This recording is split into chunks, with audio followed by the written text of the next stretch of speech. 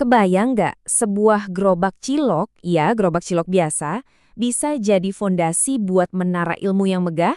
Kedengerannya mustahil banget kan? Tapi ini kisah nyata loh. Sebuah transformasi yang luar biasa. Yuk kita bongkar ceritanya. Pertanyaannya aja udah bikin kita garuk-garuk kepala kan? Gimana ceritanya cemoohan orang sama bekas kandang sapi bisa melahirkan pusat ilmu? Nah, ini dia teka-teki yang bakal kita pecahin bareng-bareng. Oke, kita mulai dari akarnya ya.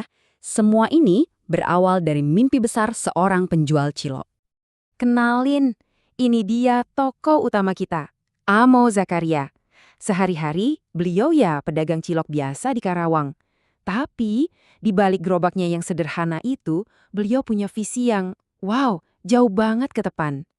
Nah, di sini nih kita bisa lihat skalanya, gila banget perubahannya. Coba deh bayangin, dari pedagang cilok, hasilnya jadi pesantren Raudlotul Burhan. Dari bekas kandang sapi, jadi menara ilmu. Dan yang paling keren, cemoohan masyarakat dijawab pakai berdirinya pendidikan formal. Ini bukan cuma perubahan biasa, ini benar-benar lompatan kuantum. Tapi ya gitu, kesuksesan sebesar ini jelas nggak datang gitu aja.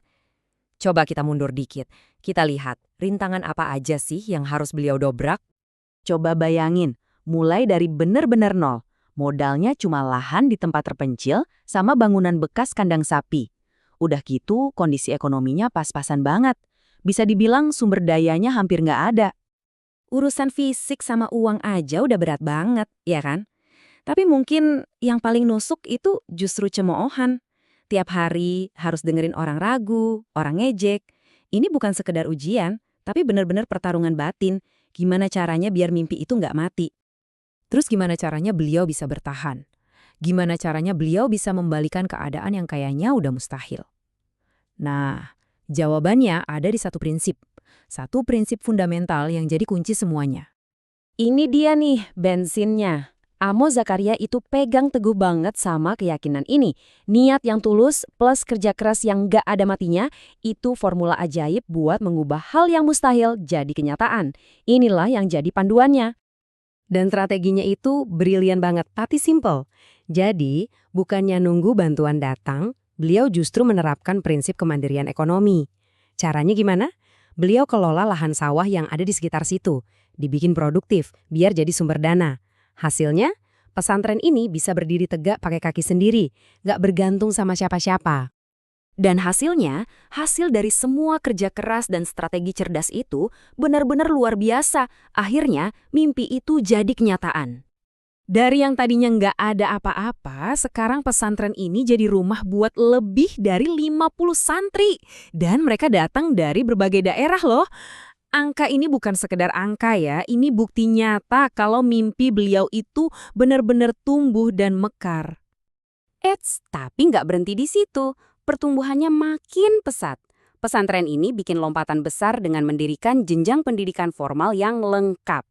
Jadi dari yang awalnya cuma ngaji biasa di bekas kandang sapi, sekarang jadi institusi pendidikan beneran yang ngeluarin ijazah resmi. Dan inilah puncaknya, lahirnya sebuah menara ilmu. Ini bukan sekedar nama keren ya, ini simbol transformasi total. Tempat yang dulu dipandang sebelah mata, yang dicemooh, sekarang jadi pusat ilmu yang disegani dan dihormati banyak orang. Jadi setelah ngelihat semua perjalanan luar biasa ini, apa sih pelajaran yang bisa kita ambil? Ada satu pesan penting banget yang berlaku buat kita semua. Pelajaran utamanya adalah ini, profesi sesederhana apapun atau kondisi ekonomi yang terbatas sekalipun, itu semua bukan penghalang. Bukan alasan untuk gak bisa bikin kontribusi yang besar buat sekitar. Nah, yuk kita renungin bareng-bareng.